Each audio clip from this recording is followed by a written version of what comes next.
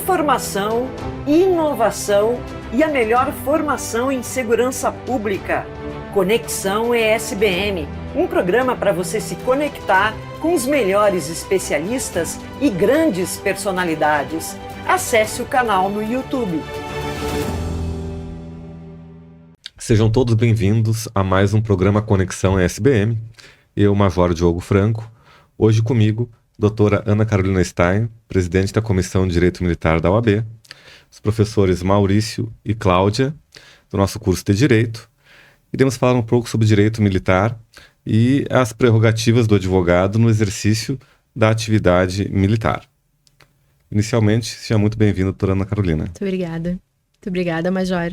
É uma grande alegria estar aqui, receber esse convite e poder falar mais uma vez, né, sobre direito militar, que é uma disciplina tão desconhecida ainda, né? Não é uma disciplina nova, mas é uma disciplina ainda desconhecida, principalmente nos bancos acadêmicos. A gente sabe, não se fala sobre isso, né? Então, dos objetivos que a gente se colocou com a nova direção da comissão e anteriormente também com o Coronel Horn, que era o presidente anterior, da gente poder divulgar o direito militar, né? De poder mostrar que é uma área que existe, é uma área que trabalhamos, é uma área que tem justiça especializada no Rio Grande do Sul e que faz o atendimento de uma parte, né, do servidor público, tanto da estadual quanto da União, que é bem significativo, né? É um público bem significativo. Então, estamos aqui, eu estou muito feliz de estar aqui hoje, de receber esse convite e a própria parceria da SBM, né, com a Comissão Militar aí para os projetos que virão para frente, para a gente poder dar luz ao direito militar, e nós temos muitas questões para discutir sobre direito militar. Nós precisamos oxigenar, principalmente o processo penal militar. Então, os debates são sempre muito bons, muito bem-vindos, e eu acho que isso é uma coisa que nos estimula a estudar cada vez mais e fazer as proposições, e a própria advocacia militarista, que é uma advocacia aqui no Rio Grande do Sul muito reconhecida e muito combativa também, e muito preparada. Então, eu agradeço muito a oportunidade de passar um tempinho aqui com vocês para poder fazer essa divulgação e falar sobre direito militar e principalmente prerrogativas da advocacia. Professora Cláudia, seja muito bem-vinda. Obrigada, também agradeço muito o convite, né? Eu acho que é um momento o debate é importante, né? E eu acho que é só um início agora, né? Nós trabalharmos esse necessário conhecimento da atividade militar e como isso está e sempre foi tão ligado ao direito, né? Então, agradeço imensamente, professor Maurício. Bom dia, boa tarde, boa noite a todos e a todas. Muito obrigado, Major Diogo, pelo convite. E o que a doutora ressaltou é realmente interessante, não é? Apesar termos já as diversas carreiras militares, e é muito curioso isso, né? Qualquer político aí em período de campanha usa aquele tripé de plataforma: saúde, segurança e educação, não é? Mas pouco falamos sobre disciplinas autônomas como o direito à saúde, né? Pouco falamos sobre o direito educacional e pouco falamos também sobre o direito militar. Apesar de já fazer parte do nosso cotidiano, está impregnado na sociedade o exercício, né, da atuação militar, mas pouco falamos, né? Então é importante ter esse espaço aqui que o Conexão SBM está trazendo. E obrigado mais uma vez pelo convite, espero que tenhamos um ótimo encontro. Uma dúvida que sempre surge em relação ao público em geral, né, e em relação à justiça militar. Todo militar acaba sendo julgado na justiça militar? Em regra, sim. Todo militar acaba sendo julgado na justiça militar. Nós temos algumas exceções, né? O Código Penal Militar, digamos assim, ele excepciona alguns casos, principalmente o caso quando militares se envolvem em uma ocorrência onde há o óbito de uma vítima civil. Aí nós temos a competência do Tribunal do Júri, que é uma exceção a essa competência, mas em termos criminais, hoje o militar ele é julgado diretamente na Justiça Militar, até por força de uma alteração legal em 2017, que os crimes comuns praticados por militares, eles acabaram ingressando na competência da justiça militar. Então, hoje, na parte criminal, basicamente, os militares, eles acabam sendo julgados em regra, salvo a exceção do tribunal do júri, dentro da justiça militar. E aí questões, né, por exemplo, que envolvem subsídios, salários, horas extras, etc. Tudo que envolve a parte administrativa do seu serviço, digamos assim, isso ainda é julgado pela justiça comum, pela justiça estadual comum.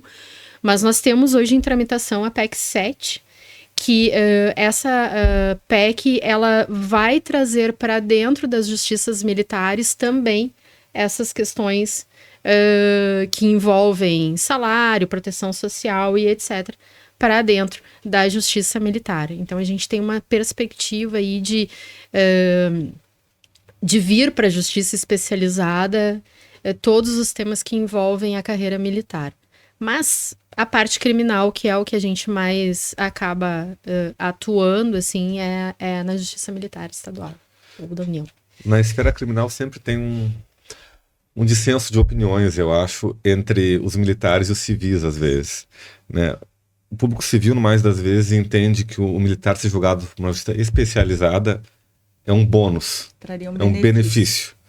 O militar que responde um crime, né, na esfera da justiça militar acha que é um ônus ele ter que se defender dentro da justiça especializada. Na visão da senhora, é um bônus, é um ônus ou não tem nada a ver essa discussão? Eu acho que eu vou ficar com a parte do ônus. Essa é uma pergunta muito interessante, porque essa é uma pergunta que todo mundo faz. E às vezes a gente comentando com colegas que ou são da área criminal, mas não atuam na justiça militar, ou a opinião do senso comum, digamos assim, né, da sociedade em si, é essa, de que a justiça militar seria um privilégio. Ela traria privilégio ao militar que é julgado na justiça militar. Só que na prática o fenômeno é completamente contrário. A justiça militar, por ser uma justiça especializada, pelos juízes serem juízes especializados na matéria militar, e quando a gente vai a julgamento com crimes militares próprios, que é um julgamento perante um conselho de justiça, onde existem, é um conselho formado pelo juiz de direito e mais 4 militares, em sistema de escabinato, a gente acaba tendo uma visão da atuação do militar que está sendo julgada de uma forma muito mais rígida, de uma forma muito mais específica. Então, a gente, dentro dessa especialidade, desse olhar que é levado dentro da justiça militar, eu entendo que o militar, a conduta do militar, ela é analisada desde o que a gente chama de índole do processo, né, do processo militar, a índole do militar mesmo, que é aquela coisa da postura perante a instituição, do seu agir de uma forma mais técnica. A justiça militar, ela exige do militar uma outra postura frente a determinados fatos que envolvem ocorrências. Trazendo, né? Não só critérios objetivos, como critérios subjetivos também, o que, Exato. de certa forma, aumenta nessa pressão sobre o militar. Exatamente. Pelo menos eu entendo dessa forma. Não, é bem isso, Cláudia. Assim, a gente nota, assim, nos julgamentos que a gente briga por uma certa isonomia, Sim, digamos assim, né? aham. Porque do julgamento do civil com o militar, mas a gente enfrenta muito isso na prática e a gente nota que se exige do militar uma outra postura, né? Porque ele é um agente de Estado ali com uma autorização estatal Sim, de agir sim. dentro da segurança pública. Então, sim, a justiça militar, ela exige mais do militar, ela é mais rígida. E eu gosto de ver que às vezes as pessoas brincam, né?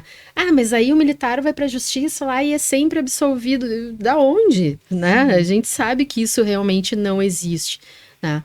Mas tem essa, digamos assim, essa ideia de que seria diferente, né? Mas eu acho que é uma justiça que ela já parte de uma premissa de um olhar diferente para aquele profissional da segurança pública.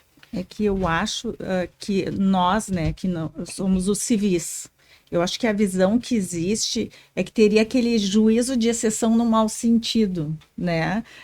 Direcionado e que de alguma forma venha a favorecer. Mas eu acho que isso é realmente por desconhecimento. E eu acho que, por exemplo, essa conexão, né, da justiça militar e também com os profissionais, não só operadores do direito, mas os professores do curso de direito, isso é muito importante, porque vai trazer para o acadêmico, né, um conhecimento que até então ele não tinha e que muitos não têm durante toda a sua formação dentro de uma instituição de ensino durante 5 anos. O que se acaba, o que o acadêmico, existe a justiça especializada, assim como existe a justiça militar, a justiça eleitoral, né? E a visão depois vem aqueles, aí vão criando aqueles preconceitos de informações que vêm de lugares errados. Exatamente. Eu vou dar um exemplo, isso que tu falaste é uma coisa bem interessante, assim. Eu dei aula em Osório durante 3 anos e eu tinha vários alunos que eram policiais militares, bombeiros militares. E é uma coisa que acontecia, né? Que às vezes os meus colegas, eles diziam assim, não, mas o fulano tá faltando demais, porque não sei o quê, abonar a falta e etc. E eu me lembro que eu ia para as reuniões, né? E eu falava muito pro meu coordenador, né? Ele assim, tu tá abonando muita falta. Eu digo, mas eles não têm como trocar a escala. Vocês entendem que eles não podem chegar no batalhão e dizer pro comandante, o comando imediato deles assim, ó, eu tenho aula com a Carol e eu adoro a aula da Carol e eu não posso faltar a aula da Carol. E aí o comandante vai olhar para ele assim, problema da Carol, né? Então, assim, isso são esses entendimentos e até assim, postura em sala de aula, postura na própria faculdade, não é que eles sejam diferentes, e a gente não quer que eles tenham um tratamento diferenciado, mas a carreira deles exige deles. Não, e como professor, tu observa essa diferença. Eu não sei o Maurício, mas ali nós temos muitos que são militares, e assim, tem esse problema, né, de um horário, uma carga horária diferenciada dos outros alunos. Então, como eu estou na coordenação, eu sempre oriento os alunos. Conversem no primeiro dia de aula com o seu professor e explique, né? Eu sou militar, e são horários realmente muito diferentes, né? De qualquer horário de quem trabalha em qualquer outro tipo de profissão. Exato. E que às vezes demandam muito e às vezes criam situações bem difíceis, né? Às vezes o aluno procura e diz, eu passei por uma situação difícil. Às vezes até ele está estressado, mas não fisicamente. Ele está estressado mentalmente, né? Porque ele passou por uma situação que demandou muito dele. Muita atenção, muito esforço físico. E eu acho que isso como é em razão da atividade, não é um privilégio. Isso que ele tem não é um privilégio. E assim, sem exagero, os alunos militares que nós temos, por mais que tenham essas dificuldades, eu não vejo prejuízo nenhum em desempenho. Nenhum em desempenho. Se nós formos comparar com aqueles alunos tradicionais, digamos assim, são comprometidos, esforçados, eles correm atrás do prejuízo, né? E realmente é uma postura diferente. É uma postura e um comprometimento eles são muito responsáveis e preocupados em explicar o que aconteceu, né? E justificar o que aconteceu. E isso não é privilégio, eu acho que eles exercem uma atividade que é diferente. E eu acho que tratá-los em algumas situações de forma diferente é isonômico. Concordo plenamente contigo. De ter esse olhar, de ter essa compreensão. Exato. Né? Então, e isso é uma das coisas que a gente procura levar, né? E a gente procura, divulgando o próprio direito militar, a gente costuma levar isso. E tu falaste uma coisa que é bem interessante, assim, o civil, ele tem uma ideia, e eu gosto muito, agora as oportunidades que eu tô tendo de falar, eu gosto muito de falar, assim, que a Brigada Militar do Estado do Rio Grande do Sul, a gente pode dizer hoje que é uma das melhores polícias militares do Brasil, assim, estatisticamente as pessoas têm uma ideia de que a brigada não apura nada, né, de que as coisas não acontecem. E a gente que está do outro lado aqui, que faz essa parte da advocacia administrativa para eles também, a gente sabe que absolutamente tudo o que chega na Brigada Militar hoje é apurado. E a Brigada, ela tem uma seriedade nesse tipo de apuração. Tá? Então, eu acho que é importante dizer isso também, para as pessoas não acharem... E claro, né, a gente sabe que parte das denúncias que chegam, elas vão acabar não dando em absolutamente nada, porque elas não aconteceram da forma como foram denunciadas, né? Mas o trabalho para chegar nessa... É feito. É feito. É feito. Por quê, né? Porque a própria criminalidade vai reclamar do trabalho da polícia. Isso é normal, né? Mas a apuração, ela é feita. Exatamente isso. O trabalho para chegar nisso é feito. E essas estatísticas são estatísticas que não chegam para a população. Do número de ocorrências que são atendidas todos os dias. Fica só naquele fato, consequência. E às vezes um fato isolado contamina praticamente tudo. E aí contamina tudo, e aí endurece e nos preocupa também no nosso trabalho. Porque a mídia, ela escolhe o fato que ela vai bater em cima e ela dá a primeira notícia, mas depois, quando a coisa se resolve, ela não dá a segunda. E isso é uma coisa que também a gente acaba enfrentando. E isso é muito nocivo para a questão da própria saúde mental, não só daquele policial envolvido, mas também da tropa, né? Com certeza. Então, a gente abraça muito com eles isso, a gente vivencia muito com eles isso. Essas injustiças que a imagem acaba trazendo para eles e que não há uma recuperação porque não há um interesse, né? Não há um interesse de uma pauta de reverter isso depois. Isso é mais um fator de pressão, né? Isso é mais um fator de pressão. Assim, eu entendo, pelo que eu observo, né? Existe aquela pressão interna, porque existe uma cobrança, eu acho que do próprio militar, né? Tem da atividade em si, né, que já demanda fisicamente, emocionalmente, e ainda tem uma demanda externa do que como estão vendo o meu trabalho, o que esperam de mim. Exatamente. É muita coisa para um... Se tu pegares, por exemplo, falando dos acadêmicos do direito, olha quanta coisa ele carrega e traz para dentro de uma sala de aula. E eu acho que isso tem que ter empatia do professor, né? Tem que ter empatia da instituição. Porque é uma situação, é um contexto que é diferente do contexto do aluno que trabalha. Não, assim, não estou diferenciando no sentido de que um é melhor ou um é privilegiando um e vendo o outro, mas assim, daquele que trabalhou aqui também é cansativo trabalhar num escritório o dia inteiro, também é cansativo trabalhar na empresa, ou seja, qualquer lugar. Mas eu acho que o contexto é mais complexo. A atividade policial é uma coisa que as pessoas têm que entender, e eu fui estudar para aprender isso também, né? Porque isso é uma coisa interessante de falar. O advogado que vai trabalhar na área militar, a gente acaba tendo que estudar N outras coisas. Né? Porque eu tô ali, vou estudar processo penal, direito penal, aquela coisa, vou advogar. Na justiça comum me demanda um certo estudo. Mas quando tu vai para uma área específica, eu tenho que entender o meu cliente e eu tenho que entender como que ele opera. Então, a gente acaba se especializando, né, e em uma série de coisas. E eu brinco até, assim, eu já fui fazer curso de balística de combate. Eu era uma perdida ali, né? Eu era a única que não era da área de segurança pública no curso, advogada bem quietinha, né? Mas eu precisava entender, eu precisava ouvir o que era, qual é o som de um tiro de fuzil, o que acontece, quais são as consequências, qual é a perfuração.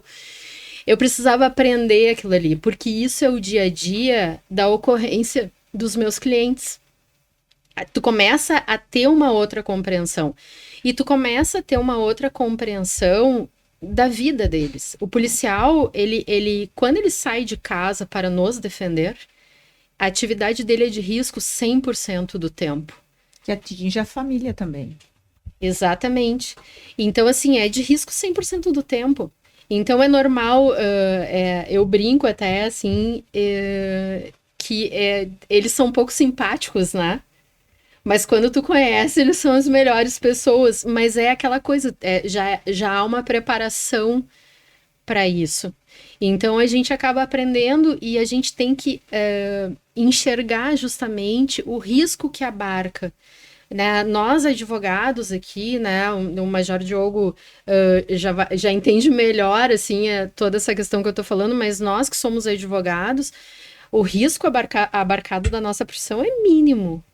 Nós, como professores, o risco é mínimo. Como cidadãos, nós temos um risco alto, mas nós não vamos de encontro ao risco. Quanto assim, o máximo é aquele risco patrimonial, de perda patrimonial, mas não de saúde, de vida, saúde. Exatamente, né? Tu sai para dar aula, tu sai para ir no fórum, para ir no tribunal. O risco nos encontra. O policial, ele vai de encontro ao risco, porque ele precisa ir de encontro ao risco por causa da atividade ostensiva que ele desenvolve. E eu sempre procurei levar muito isso, principalmente para a sala de aula, né? Eu tive também em sala de aula policiais civis, policiais federais, e uma das coisas que eu gostava muito de falar em sala de aula para os alunos, que eu acho que é uma coisa importante, é que no momento de uma abordagem, no momento da ocorrência, tu cumpre a ordem. Depois tu vai discutir se houve abuso de autoridade, se houve truculência, depois tu vai levar. Por quê? Porque aquele momento é um momento extremamente tenso para o policial. Ele não sabe que é a Carolina que está dentro do carro, que é uma advogada, que é uma professora, né? Que eu tô ali, talvez a minha maior arma hoje seja a minha carteira da OAB, né? E o meu conhecimento. Ele não sabe disso. Ele não sabe quem é aquela pessoa que está ali. Então, assim, o momento de abordagem é um momento extremamente estressante para eles. Que já é o inicial, né? Que já é o inicial. Então, tu vai meter a tua mão na cintura e dizer, porque eu tenho... Não. Tu vai entregar o teu documento, tu vai responder as perguntas e aquilo, a própria abordagem vai acalmar a partir daquilo ali, porque ele precisa saber quem é. E eu me lembro que um dia eu falei isso em sala de aula e eu sempre falo, né? Quando eu começo as primeiras aulas ali de processo. E aí um aluno depois veio falar para mim, ele, prof, graças a Deus que tu foi a primeira pessoa que eu ouvi falar isso em aula.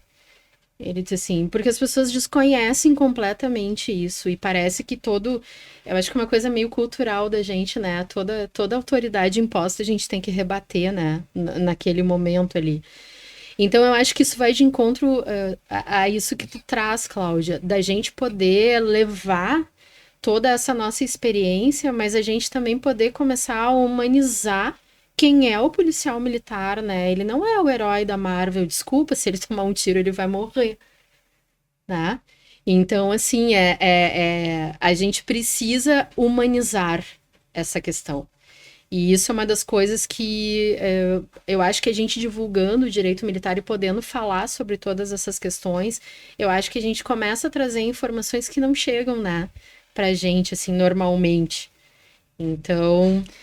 E esse tipo de informação, ele é importante, porque às vezes o professor, ele tem mais empatia com aquele aluno, que chega e diz assim, eu já estou deprimido, ou estou com síndrome do pânico, ou estão...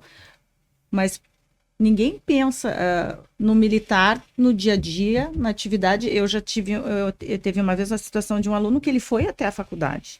Ele entrou em sala de aula, ele me olhou e disse assim, professor, eu não tenho condições de ficar hoje.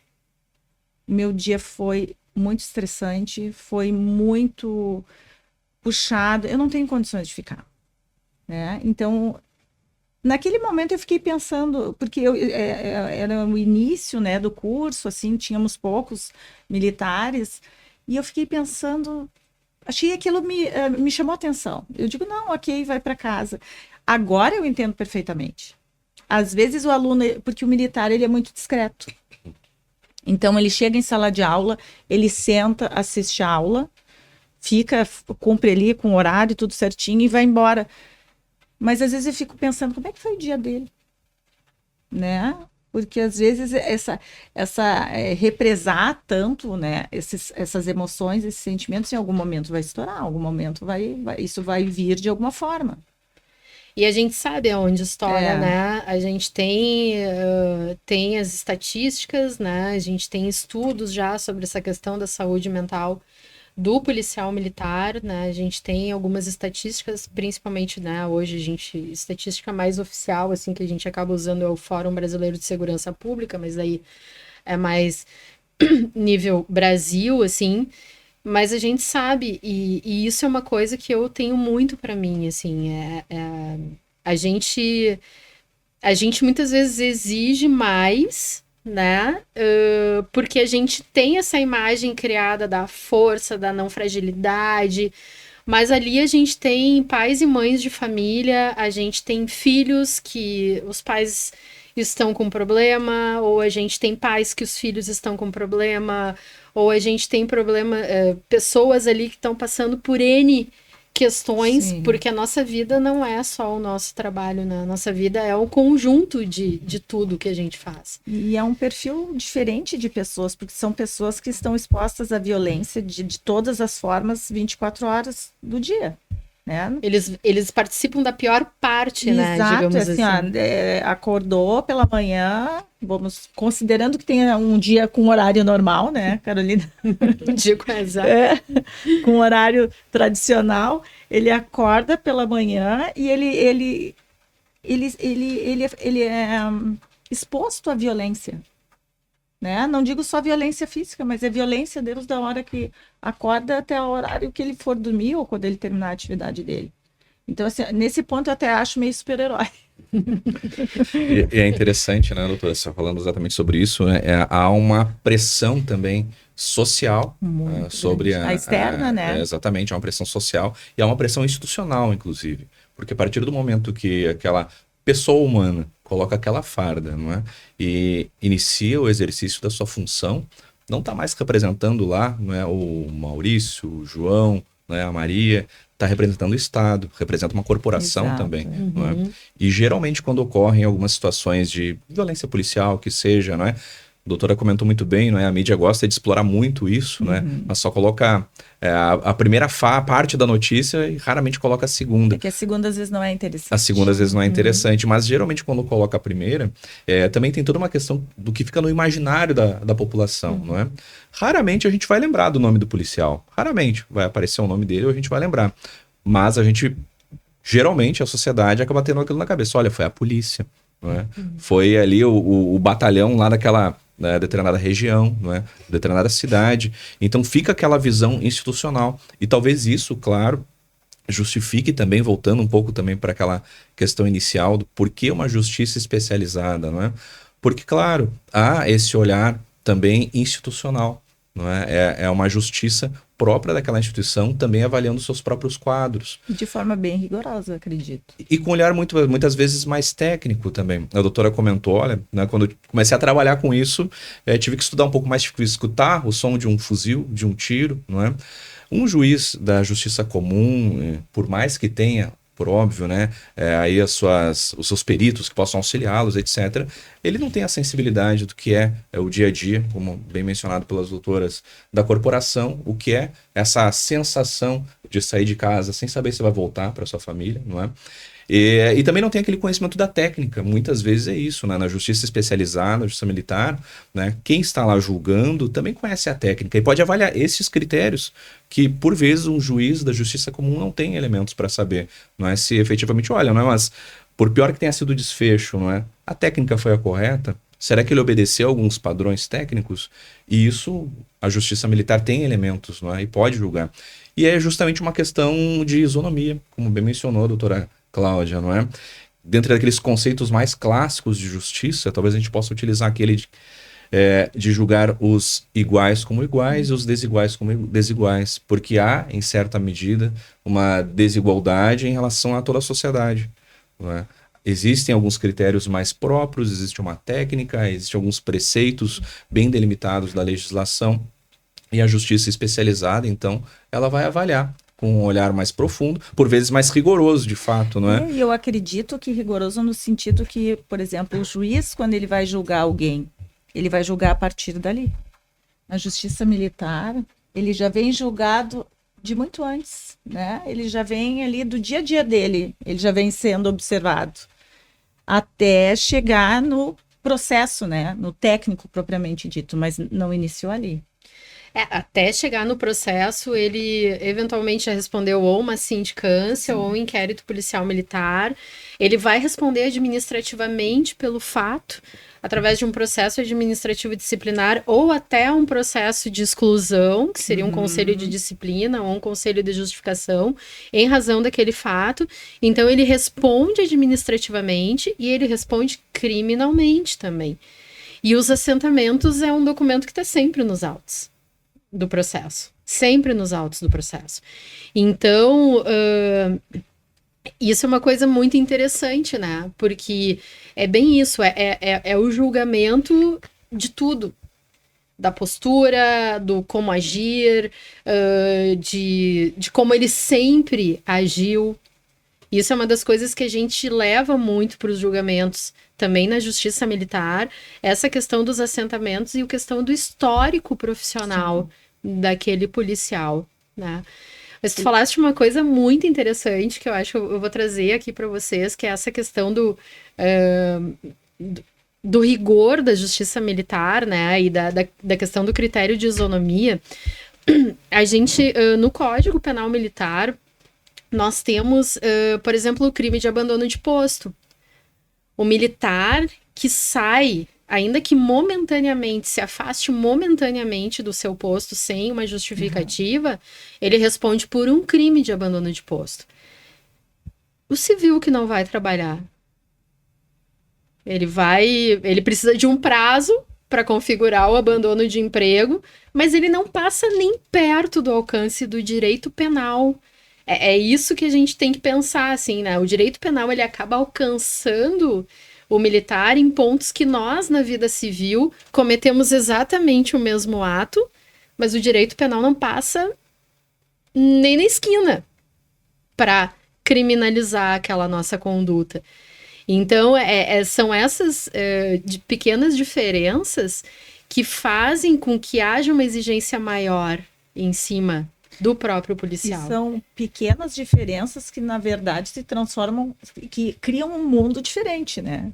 Porque é uma realidade cheia de pequenas diferenças. Exato. E aí fica um mundo muito próprio, né? Tanto na esfera criminal quanto na administrativa, né?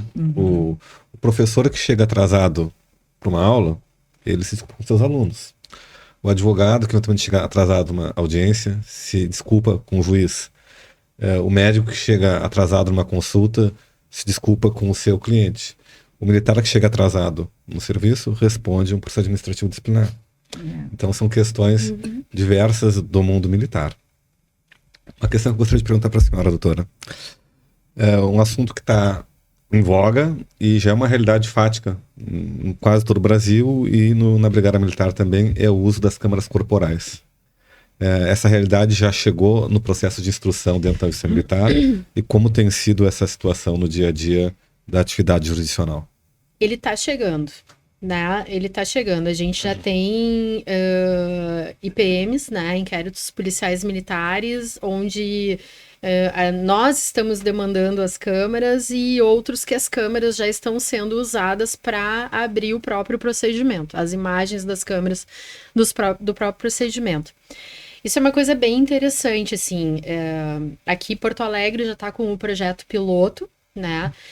E eu participei como membro da comissão, representando a Comissão de Direito Militar. Nós participamos de um comitê interinstitucional que foi criado pela Assembleia Legislativa para apresentar um projeto de lei com relação às câmaras corporais para o governo do Estado. E foi muito interessante, assim, teve a participação, Ministério Público, Judiciário, Comissão de Segurança Pública da OAB, Comissão de Prerrogativas da OAB estava lá também.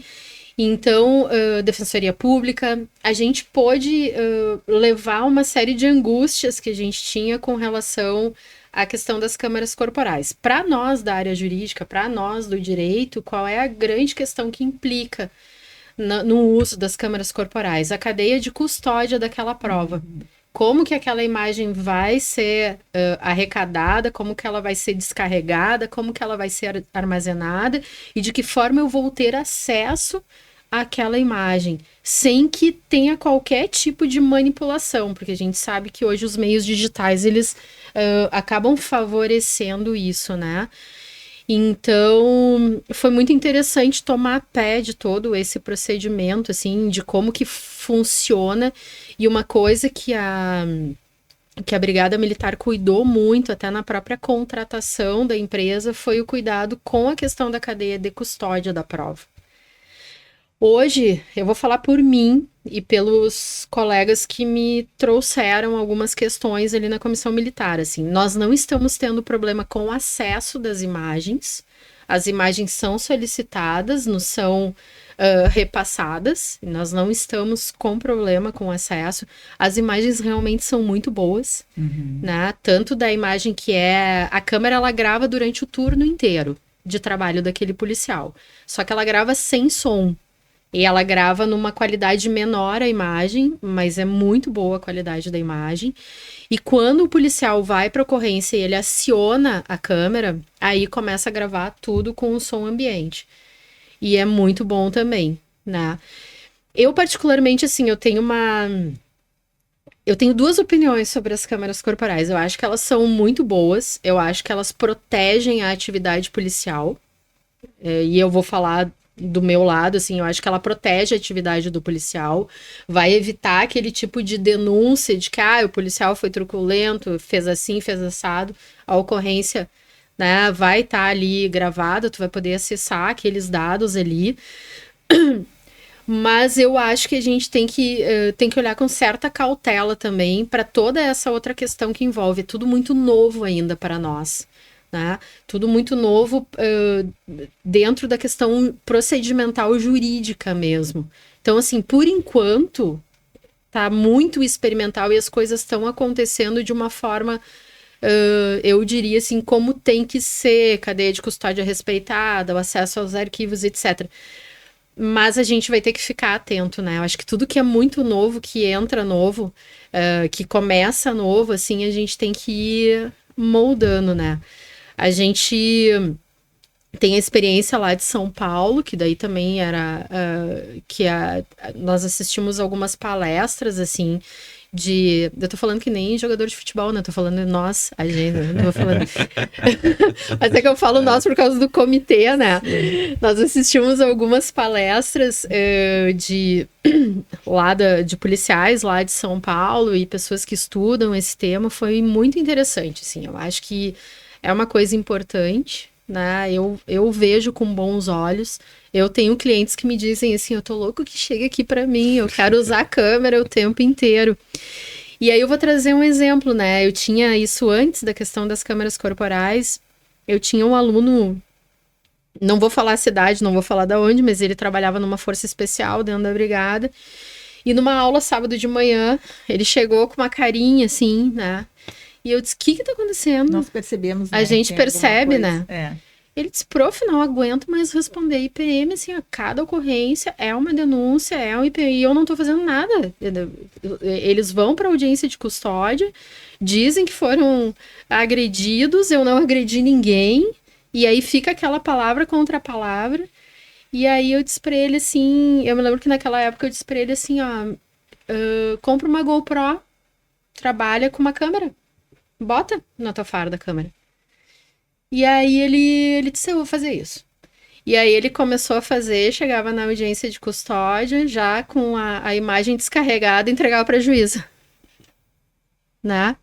E ele, assim, melhorou a minha vida. Porque é aquela coisa, né?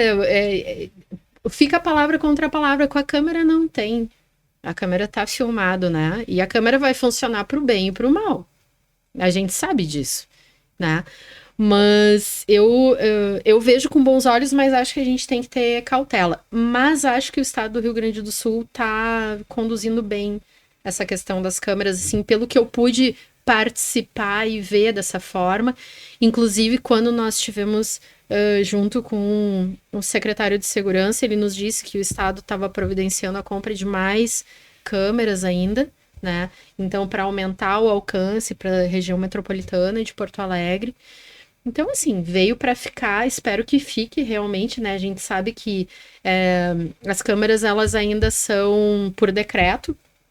Então, a gente gostaria muito que ela se tornasse uma política de Estado, não uma política de governo, para evitar, né, que aí troca o governo, eu não quero mais câmara corporal. Porque eu acho que é uma coisa importante e vai fazer bem para o próprio policial, né, a questão da câmara. Então vamos ver os próximos capítulos aí disso. Sim, exatamente, né, doutora? Quando saiu essa questão das câmeras, uma das primeiras coisas que eu pensei foi exatamente nesse sentido. Não é? Acaba sendo um instrumento bom para a própria atividade policial. Não é? Exatamente em razão disso que falamos aí há pouco, das notícias, né, que só mostram um lado da história, não é?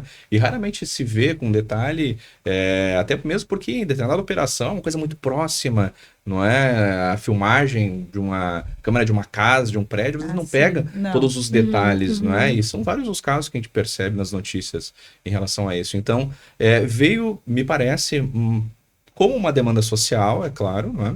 Mas me parece que veio mais para auxiliar realmente a atividade policial para essas situações em que há uma injusta acusação de algum excesso, porventura, cometido pelo militar. Então, e a tecnologia, né? Vemos na era digital, não tem mais como fugir disso, tudo é uma realidade.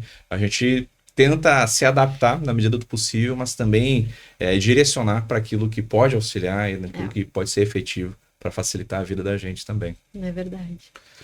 As redes sociais, né, também são uma novidade, não tão novas, né, já há algum tempo, assim, mas é desse novo mundo digital que a gente vive cada vez mais rápido e acelerado. A questão do militarismo, que é centenário, né, ou mais de 1000 anos, né, e o direito de manifestação, ou de livre manifestação. Essa questão já está chegando no âmbito da justiça militar, os policiais militares ou agentes militares que fazem uso de redes sociais, que se manifestam, que expressam opinião, o quanto isso é um direito legítimo e constitucionalmente garantido e o quanto isso eventualmente fere princípios como hierarquia, disciplina ou até o próprio respeito institucional. Professor Maurício, eu vou fazer a brincadeira. Passou a bola. Não, mas eu achei... Essa pergunta é delicadamente. Mas eu achei interessante, olha que interessante essa pergunta. Todas essas dentro dessa pergunta tem várias situações que, por exemplo, que o civil não se preocuparia. E não se preocupa, né? Não se preocupa. Né? Então ali o professor Franco estava fazendo, né, ali fazendo a pergunta e eu dizendo assim, engraçado, né? Eu, Cláudia, Maurício, nós não nos preocupamos com isso, né? Quando muito, ok, olha, nós temos que cuidar, o que nós vamos expressar, de que forma vai ser entendido, mas se limita a isso, né? A preocupação já do militar já vai muito mais além. Sim, eu brinquei, né, porque eu acho que é a pergunta mais difícil, né, depois as outras acho que são mais fáceis, a gente chegou no meio da prova, assim, é aquela pergunta mais difícil. Sim, essa questão da manifestação, essa questão da presença do militar nas redes sociais, eu vou começar do mais simples até o mais complexo, né? Essa questão da presença do policial nas redes sociais, ela é regrada por uma normativa interna da Brigada Militar. Existe uma normativa interna. Claro, o militar, ele precisa cuidar da sua imagem, né? Como todos nós precisamos cuidar da nossa imagem. Às vezes, quando eu falo isso, assim, eu me imagino um dinossauro falando sobre isso, né, para as novas gerações, porque... como que eu não posso fazer o que eu quero na hora que eu quero, né? Eu sou de uma geração que a gente entendia o direito, mas a gente entendia o dever também, né? E nós somos profissionais, eu não posso fazer o que eu quiser na minha rede social e falar o que eu quiser na minha rede social e me expor da forma que eu quiser na minha rede social, porque o meu cliente vai estar vendo aquilo ali, porque outras pessoas vão estar vendo aquilo ali. E hoje, cada vez mais a gente trabalha com imagem e credibilidade. E fica estranho numa época de exposição, chegar para por exemplo, um adolescente e orientar, cuidado com a exposição, ele vai olhar e dizer, não, mas é isso que eu quero. Eu quero me expor. Eu quero me expor. Eu quero a polêmica. Né? Não estou entendendo essa orientação. Isso me parece até fazendo um paralelo, então, a professora comentou sobre que nós não temos que nos preocupar, por exemplo, com o professor, olha, não me preocupo tanto. Em certa medida, né, também nós tivemos algumas questões, falando da docência mesmo, né, houve um movimento, por exemplo, chamado Escola Sem Partido, né? Tipo, exemplo, que buscava o quê?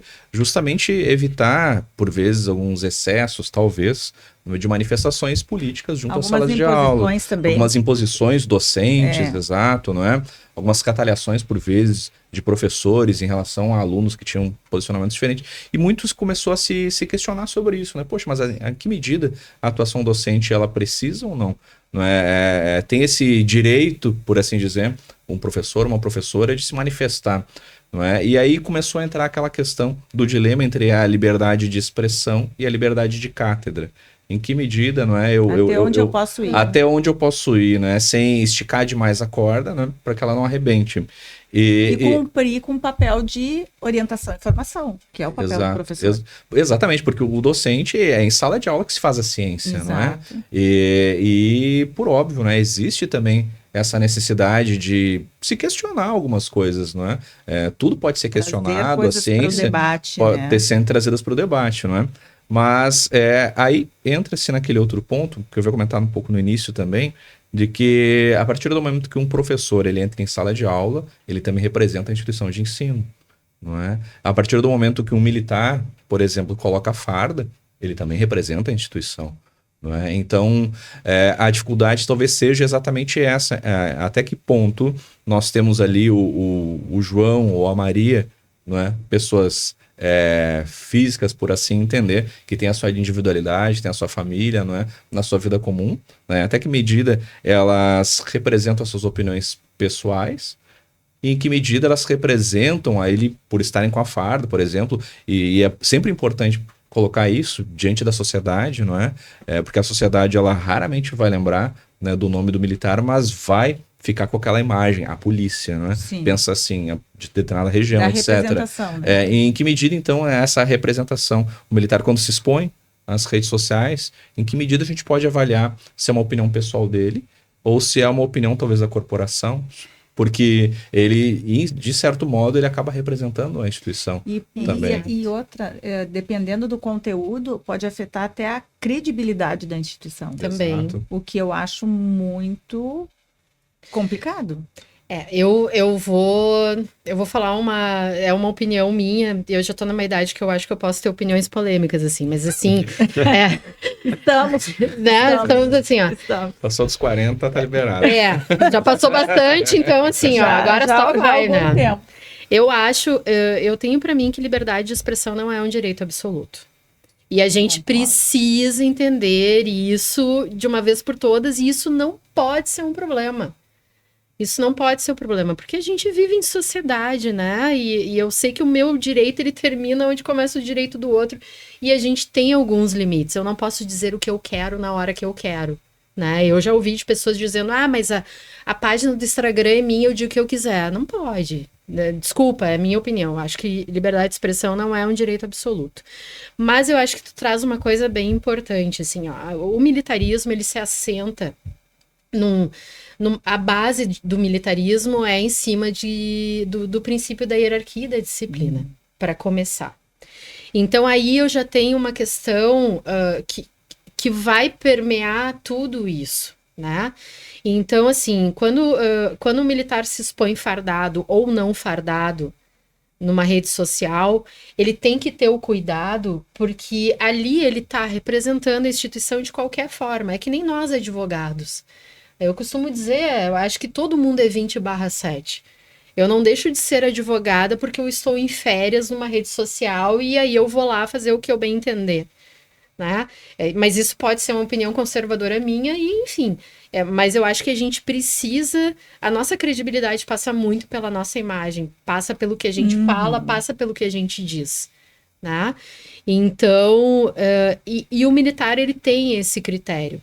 Então, eu acho que, sim, existe uma orientação interna da brigada em exposição, com relação à exposição nas mídias sociais, mas a gente também sabe que tem um outro lado. E aí eu gosto muito de falar esse outro lado, assim, porque a gente, às vezes, responde a procedimentos administrativos onde a gente vê que não era necessário, aquele processo administrativo para aquilo ali, né? Existe uma página polêmica que trata de assuntos policiais aqui no estado do Rio Grande do Sul, né? Tem mais de uma. Mais de um, né? Existem algumas páginas, mas essa, com relação a essa página, eu respondi alguns processos administrativos disciplinares para clientes meus por curtidas nessa página. Então, aí eu já acho que extrapola um pouco a questão do bom senso, né? Então, assim, eu vi a matéria, eu curti. É que é só uma manifestação. Tipo, não, ali tu não pode dizer nem que é a favor ou contra. Curtiu. Né? E às vezes a gente curte. Eu sempre fui muito boca aberta para rede social, né? O bom é quando a gente tem alunos que eles nos ensinam. Prof, para de mandar coraçãozinho, para de não sei o quê, né? Daí eu vi que eu era a pessoa mais dada do Instagram, porque eu não tinha, né, a etiqueta da rede social ali. Eu disse, mas eu adoro encontrar as pessoas, né? Não dá pra mandar coraçãozinho? Não. Aí não pode curtir mais de não sei quantas fotos, porque senão aí tu já te coloca... Tem. Exatamente. Não é porque eu tô curtindo a foto de uma pessoa que eu sou apaixonado por ela, né? Só coraçãozinho. Aí determinado emoji significa outra coisa, daí tu olha para aquilo ali, assim, né? Mas enfim... E aí eu acho que dessas coisas, assim, é aquela questão da curtida, assim. Daí tu pega um procedimento administrativo, tu vai responder aquilo ali, assim, gente... Como é que você explica isso, né? Eu só curti. Então, e tava legal, eu acho que eu também curtiria. Era sobre a questão da saúde mental, sabe? Dos policiais militares, assim, né? Mas aí a gente volta para aquela questão, assim, e aí, Maurício, tu traz uma coisa que é bem importante, né? A questão da liberdade de expressão, tu deste o exemplo com a liberdade de cátedra, né? Então, assim, a liberdade de expressão de um militar com relação à hierarquia, disciplina e instituição que ele representa. A gente tem que contar com o bom senso das pessoas, né? Tanto de um lado quanto do outro. Mas uma coisa que vocês trouxeram é bem verdade. Hoje a nossa vida é dentro dessas mídias sociais. Hoje as pessoas não leem mais livros, elas não leem nada, elas não buscam aprofundar o conhecimento, elas se informam através da notícia superficial e rasa. Então, assim, a gente vai ter que enfrentar. Também acho que é uma coisa que a gente ainda vai ter que aprender a lidar de uma outra maneira, até porque vem uma geração que está muito adaptada à rede social, que não é a nossa geração. Então, assim, para nós, e muito do conservadorismo que eu boto aqui no meu discurso, não vai valer para essa nova geração que está vindo, porque eles entendem de uma maneira diferente. Então, talvez aí também vai depender da própria instituição militar entender essa nova realidade para flexibilizar mais algumas coisas e educar para outras. Acho que... Não, o direito é uma construção diária, né? E o meio digital acho que proporcionou uma revolução cultural e social muito grande, e instituições mais conservadoras elas têm uma dificuldade de acompanhar ou de compreender ou de os limites, né? Porque a gente estica um pouco a corda, depois retrocede, acho que faz parte do processo. Esse experimento, de ajuste, né? Eu acho que precisa esse período de ajustes. Mas vamos polemizar, acho que a ideia é essa daí. Mas eu achei que essa era mais difícil. Uma questão que sempre acaba se causando uma dicotomia, né? É a atividade policial e os direitos humanos. Isso abarca originariamente o exercício da advocacia na esfera militar ou passa ao largo dessa discussão no dia a dia do trabalho do advogado? Eu acho que não tem como caminhar separado, tá? E eu acho que esse é um assunto que eu adoro muito, né? Porque eu fiz parte durante 12 anos da Comissão de Direitos Humanos da OAB e eu acredito em direitos fundamentais e ninguém me tira da cabeça que a Constituição Federal de 88 ainda é o nosso diploma legal mais importante e ela vai fazer 37 anos agora, dia 5 de outubro, e a gente não conseguiu entender o que ela veio nos dizer. E isso é uma coisa que me deixa muito triste, realmente, assim. Mas, enfim, eu acho que faz parte, né, da evolução. Mas eu acho que não tem como dissociar a atividade policial e a atividade processual que a gente trabalha na Justiça Militar dos direitos humanos. Eu brincava quando eu estava na Comissão Militar e na Comissão de Direitos Humanos que eu era agente infiltrado, né? Ninguém sabia muito bem o que era. E eu brincava isso, mas eu brincava tentando mostrar para os meus colegas o quanto absurdo era eles olharem para mim e dizerem assim, mas como é que tu tá na Comissão Militar se tu tá na Comissão de Direitos Humanos? Como se fosse coisas diferentes, né? Como se fosse tudo segmentado. Como se tu precisasse segmentar. Tem uma coisa que a gente precisa falar e falar muito e trabalhar muito, é a questão assim, ó. Primeiro, o policial militar, ele é o primeiro agente de direitos humanos da sociedade.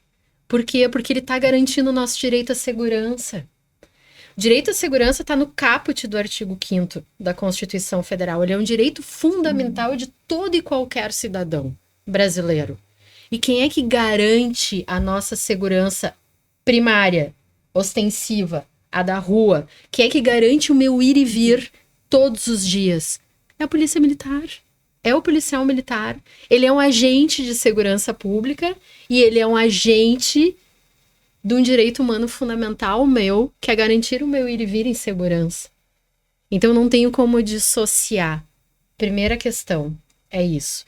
A segunda questão, quando eu falo em direitos humanos e eu falo em justiça militar e processo penal, garantias constitucionais, isso virou palavrão, né? Ser criminalista, professora de processo penal, falando em direitos fundamentais aplicados ao processo, né? Vão prender essa mulher, porque, né? Não deixa ela falar. Mas garantias processuais.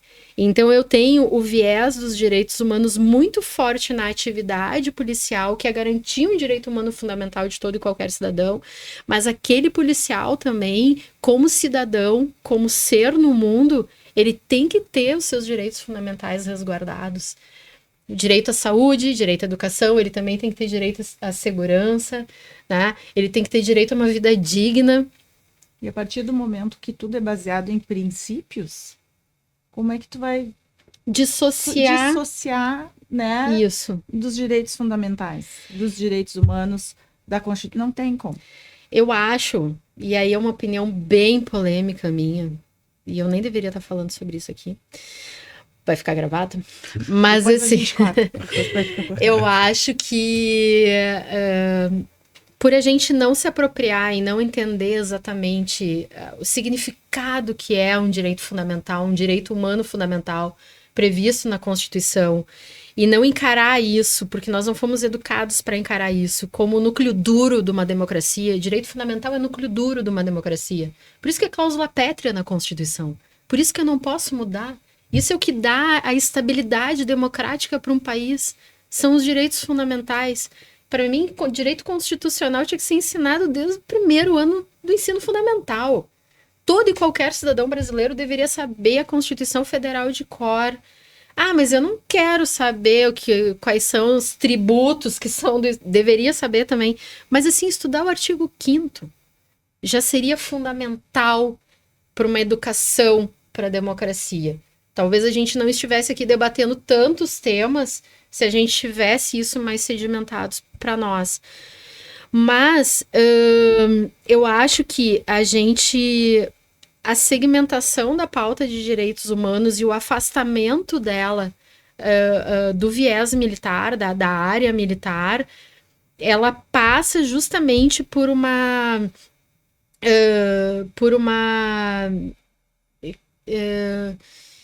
segmentação mesmo, assim, uma seletividade da pauta de direitos humanos. Há uma apropriação da pauta de direitos humanos que afasta a área militar da pauta de direitos humanos e não deixa chegar. E a gente precisa conectar isso. A gente precisa falar sobre isso. Por quê? Porque o policial também enfrenta questões de racismo. A policial também enfrenta questões de violência contra a mulher, de misoginia. Porque o policial também enfrenta problemas na sua vida critérios de saúde e etc. Porque o policial que responde a um processo penal precisa das garantias dele respeitadas. Porque o policial que numa ocorrência reage, ele também está em legítima defesa como um ser humano. Então eu não tenho como dissociar essas pautas e por algum motivo, em algum momento, a gente seletivizou a pauta de direitos humanos e excluiu a área militar. É como se ser policial e cidadão fossem coisas diferentes. Exatamente. E quando falamos em direitos humanos, é como se a atividade policial fosse contrária, não é? Exatamente. Isso decorre, claro, a gente percebe que é de toda uma narrativa que foi sendo construída ao longo do tempo. Me parece algo talvez mais cultural, propriamente, não é? Em razão de questões as mais diversas, né? Que a gente, no momento, não pode tocar também no podcast, né? Para poder explicar bem, mas isso tudo realmente me parece que não é por acaso, não é? É algo que foi ao longo do tempo sendo construído, ou por bancos universitários, ou pela cultura, em linhas gerais, mas que, de fato, hoje a gente percebe de maneira muito contundente, né? Foi criada uma narrativa de que a atividade militar, em certo sentido, ela acabava sendo adversária dos direitos humanos, né? E aí tivemos um mais recente processo de constitucionalização que parece que estava combatendo tudo isso, né? Exato. Então, o desafio talvez seja exatamente como a doutora colocou, não é? É tentar, então, desconstruir essa narrativa e mostrar as coisas como elas são. Que, em certa medida, a atividade policial, militar, em linhas gerais, ela é uma garantidora, né, da Constituição, ela é uma garantidora, por assim dizer, também, então, dos direitos e garantias fundamentais de todos os cidadãos e também, muitas vezes, dele próprio, não é? Do militar como um cidadão, como pessoa humana. A Brigada Militar tem projetos excepcionais. Tem um projeto que eu sou fã. Esse eu quero que vá pro corte, Rafa. Assim, ó, polícia comunitária.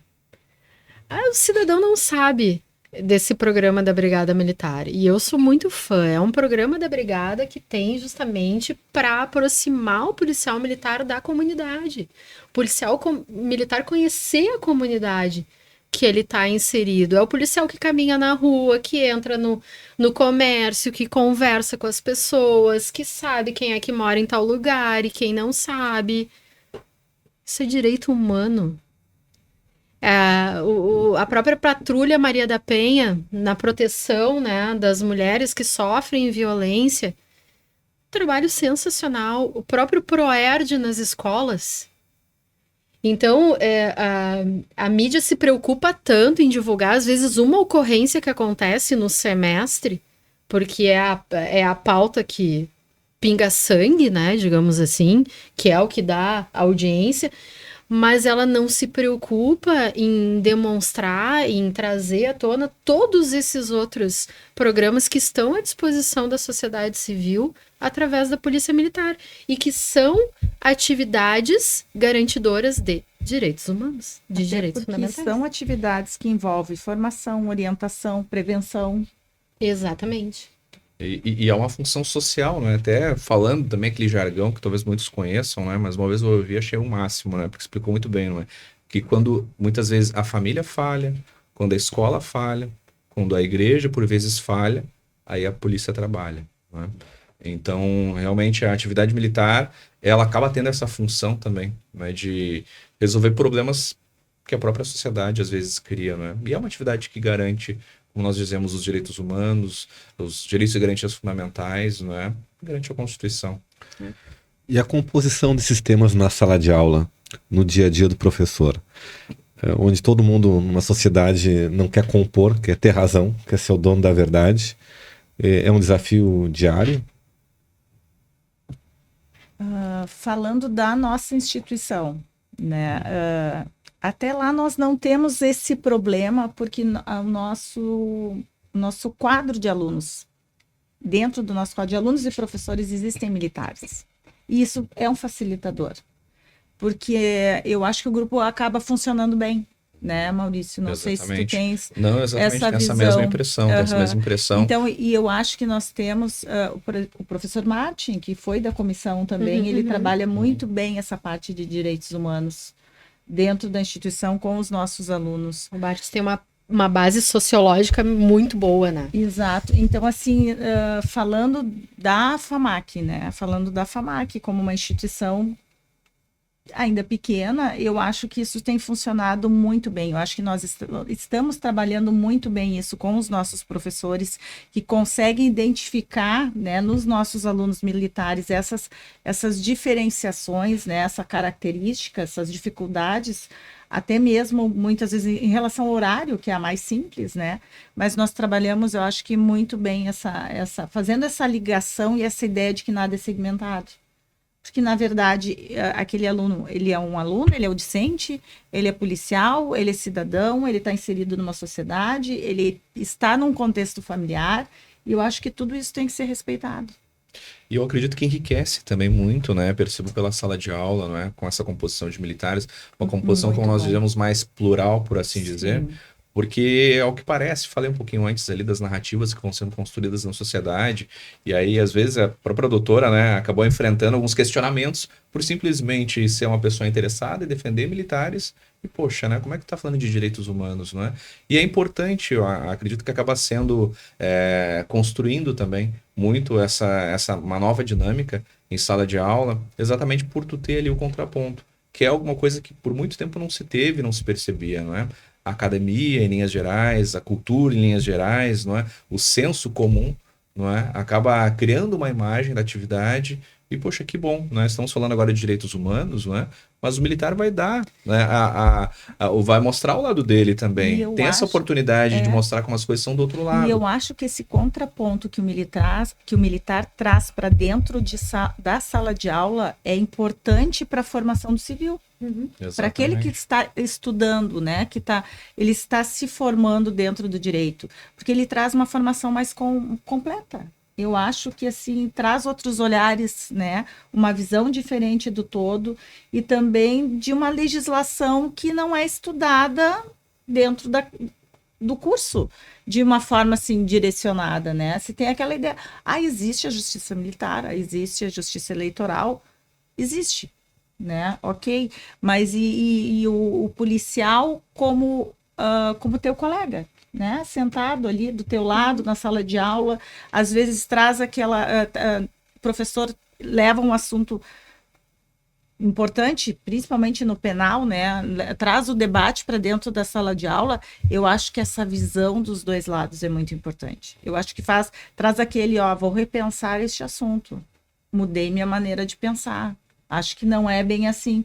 Isso faz com que, quando ele estiver lá assistindo a TV, num jornal que ele achar interessante, vier uma notícia dessas que trazem mais espetáculo do que qualquer outra coisa, ele vai dizer, não é bem assim. Eu acho que vai trazer esse lado, crítico, vai aflorar nele esse lado crítico justamente por já ter uma visão, né, do que pode ter acontecido, da posição do militar naquela situação. Eu acho que isso é muito bom para a formação. Sim, e percebe que o militar, em linhas gerais, ele também é uma pessoa, é um ser humano, Sim. Que tem todas as suas dificuldades, né? Que chega numa sala de aula, como a doutora comentou, o cara chega cansado de uma rotina exaustiva, não é? Não sabe o que aconteceu, teve que enfrentar a violência, talvez por 100% da carga horária dele, não é? E muitas vezes também vem de uma realidade social que é complicada, né? Porque nós sabemos, o militar, ele mora numa mesma comunidade violenta, não é? Os filhos dele são criados com os filhos dos traficantes, por vezes, na mesma escola que não tem recursos, não é? Com as mesmas dificuldades sociais de saúde, também não tem recursos, e ainda assim tem que colocar aquela armadura, não é? E enfrentar a violência de maneira ostensiva. O que mais me impressiona, eu não vejo prejuízo no desempenho. Isso me impressiona muito, né? Eu não vejo prejuízo no desempenho daquele aluno.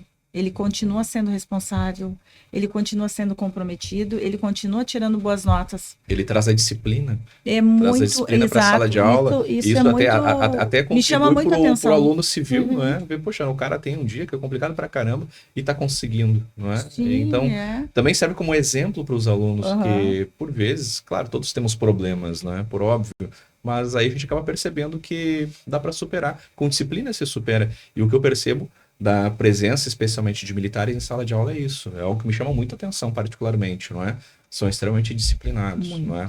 Tem que ler o texto, ele vai dar um jeito e vai ler, não é? Tem que estudar para a prova, ele vai dar um jeito e vai estudar, não é? Tendo as mesmas 24 horas no dia, tendo as mesmas dificuldades. Menos, né? Às vezes muito Muito menos. menos. Às vezes menos. vem de plantão, alguma coisa Exato, assim, né? é. Vem virado, não é? E tá lá, né? Mas Então, eu vou fazer uma brincadeira, já que a gente tá misturando aqui um pouquinho de aula, direitos humanos, né? Porque a gente estão muito fofos com eles, né? Mas eles também, assim, agora eu vou contar outra, eu vou fazer outra. Até porque, assim, né? Professor de processo penal, quando a gente começa a dar processo penal 1, tu começa por princípios, Sim. tá? E lá em Osório foi muito engraçado, assim. Eu até poderia citar o nome dos guris, mas eu vou deixar... Vou poupar eles dessa vez, né? E aí eu tinha assim, eu comecei meu primeiro semestre dando aula, né? Processo penal, assim, sentado bem na frente, né? Tinha acabado de voltar da Força Nacional. Meu afilhado, fui paraninfa da turma dele, me chama de Dinda até hoje, é um querido, a gente fala... Sempre, né? Sentado bem na frente. Assim. E eu comecei a dar minha aula, né? E vocês já viram que eu acredito muito na Constituição, acredito na principiologia do processo. E eu falo, só me olhando com a cara assim, né? Ô, professora, e o que a senhora me diz daquele traficante que fica na esquina da escola? Como é que a gente aplica esses princípios? E aí... eu comecei a me adaptar a isso, porque nas 3 primeiras aulas de processo penal 1, que era de princípios, era pedrado o tempo inteiro, né? Mas o que acontecia depois, né? O que acontecia depois? E eu acho que essa é a importância da gente mostrar e da gente agregar que o direito que alcança A, alcança B também. O direito também é para eles, né? Porque eu acho que eles se retraem tanto com essa questão dessa separação de direitos, que às vezes eles não se veem sujeitos de direitos como um cidadão civil. E aí o fenômeno foi se repetindo semestre a semestre, mas desse em específico, foi muito engraçado que chegou no final do semestre e disse para mim assim, prof, eu mudei o meu jeito de entender o processo penal, e eu mudei o meu jeito de entender a advocacia criminal, e eu mudei o meu jeito de olhar para as questões por tudo que tu nos explicou. Ele disse assim, então eu perdi aquela resistência com relação a isso. E isso foi se repetindo em todos os semestres, com vários. E às vezes, quando eu começava o semestre, assim, eu olhava e tá, já sei, né? Mas também tem esse outro lado. E aí eu acho que vem de encontro a tudo aquilo que a gente estava conversando aqui. Da gente mostrar para eles que o direito alcança eles, que eles têm o direito, que eles são sujeitos de garantias, de direito, de proteção, né? E que serve isso também para eles, né? Então eu acho que esse é um trabalho bem importante, e o que a gente está fazendo hoje aqui é muito legal. Muito. De mostrar isso e de mostrar esse olhar, né? De que assim, ó, vale para todo mundo, independente do que tu estejas desempenhando, né? Independente da tua atividade. Né? Então vamos perguntar quais são os planejamentos aí da nossa Comissão do Direito Militar aí para os próximos 2 anos. 2 anos é o... 2 anos, eu acho que é 2. Eu sou perdida nessas coisas de prazo. Assim. Bom, a gente tem muitas ideias e muitas vontades, né? Mas a primeira delas é essa parceria com vocês aqui, né? Com a SBM, agora com a FAMAC também. A gente tem... Qual é o nosso norte, o nosso objetivo principal, a nossa missão principal? É trabalhar a questão de reforçar a advocacia militarista, reforçar as garantias da advocacia militarista no estado do Rio Grande do Sul, mas também começar a ombrear determinadas mudanças dentro da área do processo penal, né, dentro da área administrativa. E para isso a gente tem um bom relacionamento tanto com o Comando Geral quanto com a Corregedoria da Brigada Militar. Nós estamos também fazendo uma apresentação da comissão dentro das Forças Armadas, mostrando a comissão para as Forças Armadas, e a gente está sendo extremamente bem recebido, né? Fomos na Aeronáutica, no Exército, ainda não fomos na Marinha. Então, a nossa ideia é divulgar o direito militar, é trazer esse debate para a sociedade e reforçar a advocacia. A gente está com um projeto agora para novembro, né, de um seminário de 2 dias, que eu, enquanto não for aprovado, não posso dar muito mais detalhes, mas depois quero voltar para a gente poder divulgar esse projeto. E pretendemos fazer workshops, reuniões abertas na comissão. Tivemos uma reunião aberta muito produtiva com a doutora Janine Soares, que é a promotora das auditorias militares. Ela compareceu numa reunião nossa para tratar a questão do polêmico ANPP na Justiça Militar, que estamos com essa polêmica agora e está sendo muito interessante debater isso. Então, ao longo desses 2 anos, é aproximar mais institucionalmente a OAB dos órgãos militares e poder divulgar e falar sobre direito militar, falar sobre atividade policial, falar sobre direitos humanos e atividade policial, divulgar isso para que no meio que a gente convive, que é o meio da advocacia, o meio da sociedade civil, a gente consiga começar a quebrar essas resistências, essas culturas e esses paradigmas, né? Mas de pronto fica um convite, não muito convite, mas né, em novembro teremos 2 dias aí de seminário que a gente pretende congregar todos os assuntos mais polêmicos dentro da área militar, para os alunos, né, para toda a audiência aí, depois a gente vai informar. Mas basicamente é isso. Eu acho que o papel da comissão hoje é dar visibilidade ao direito militar. Nós estamos, né, eu costumo dizer, eu estou presidente agora.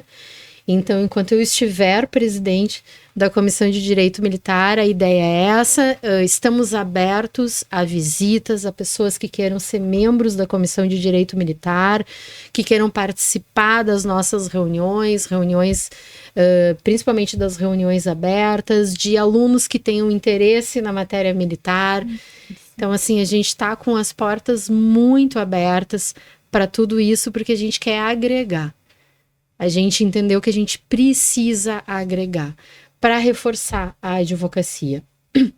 A gente tem um respaldo muito bom hoje com relação a prerrogativas. Claro que a gente precisa melhorar muito, mas a gente já avançou muito na área militar. Hoje nós temos uma sala da OAB dentro da corregedoria da Brigada Militar. Eu acho que é a primeira sala da OAB dentro de uma corregedoria de uma polícia militar no Brasil. Nós temos um bom acesso, a gente, claro, enfrenta ainda problemas de violação de prerrogativas, mas eu acho que hoje a gente consegue trabalhar muito melhor do que antes. Eu acho que hoje a gente já consegue acessar os encarregados, acessar comandantes de batalhão. Acho que a Brigada veio fazendo um trabalho nesse sentido de aproximar a advocacia. Nós não somos inimigos, né? Nós estamos ali para defender o direito dos nossos clientes, dar voz ao direito dos nossos clientes, e muitas vezes aquele encarregado, aquele oficial que está ali, vai chegar uma hora que ele também vai precisar de um advogado e ele vai querer ter todas as suas garantias concedidas e observadas. Então a gente trabalha muito essa questão das prerrogativas também e debatemos muito isso, e nas nossas reuniões a gente procura estabelecer pautas, e eu até brinquei com o Coronel Aro a última vez que eu conversei com ele, que eu estava com uma pauta já extensa para tratar com ele, né? Ele brincou, ele doutora. Mas são coisas que, para facilitar realmente a vida da advocacia, que vai facilitar a vida do nosso cliente e, por conseguinte, também vai tornar melhor o trabalho institucional administrativo que a Brigada Militar faz. Então, fica aqui o meu convite aos senhores e a todos que vão nos ouvir aqui depois. A Comissão de Direito Militar da OAB está de portas abertas a todos. Podem mandar e-mail, se quiserem mandar pro Instagram da comissão, que nós temos ali também. Se quiserem contatar pessoalmente a gente está de portas muito abertas e contamos aí com a parceria ao longo desses 2 anos. Pode contar com a parceria já, com certeza, né? Inclusive, é um objetivo nosso institucional também, a nossa parceria com a FAMAC, é nesse objetivo de poder oferecer disciplinas do direito militar para o meio acadêmico, que é algo incomum, bastante incomum, infelizmente, porque o direito já, né, tão consolidado na vida social, aí, códigos antigos, e eu passo para os professores aí para considerações finais a respeito da atividade acadêmica, da parceria e do futuro acadêmico aí das nossas instituições de ensino. Não, eu só tenho a agradecer, adorei esse encontro, acho que foi muito interessante, né? E eu acho que debates como esse são importantes, inclusive, para a nossa parceria, né? Porque o parceria é o quê? É isso, é trocar ideias, né? É andar junto. E com certeza, como aqui, né, representando a FAMAC, já aceitamos os convites. Acho muito importante e vamos fazendo com que essa parceria cresça cada vez mais, e é importante. É importante. Justiça militar é direito. Por que não está dentro, né? Por que não está dentro das instituições? Né? Porque não está dentro dos cursos de direito. Vamos quebrar essa ideia de que é tudo segmentado, né? De que, se eu quiser entender um pouco mais de justiça do trabalho, depois que eu me formar, eu vou estudar. Acho que não é assim que funciona, né? Vamos formar ali o nosso acadêmico completo. Exatamente. O direito militar, ele está mais próximo de nós do que a gente imagina, né? Então, né, muito obrigado também pelo convite na Conexão SBM, Major Diogo, doutora Carolina, doutora Cláudia. Né? Acho que é sempre esses debates, essa troca de ideias, ela sempre é muito enriquecedora para todos. E agradeço, então, mais uma vez também por ter essa oportunidade de contribuir naquilo que eu singelamente posso contribuir aqui também para o nosso tema. E estamos, né, sempre à disposição, também a faculdade de portas abertas. E boa sorte para todos. Agradeço a participação de todos, a nossa audiência. Até o próximo Conexão SBM.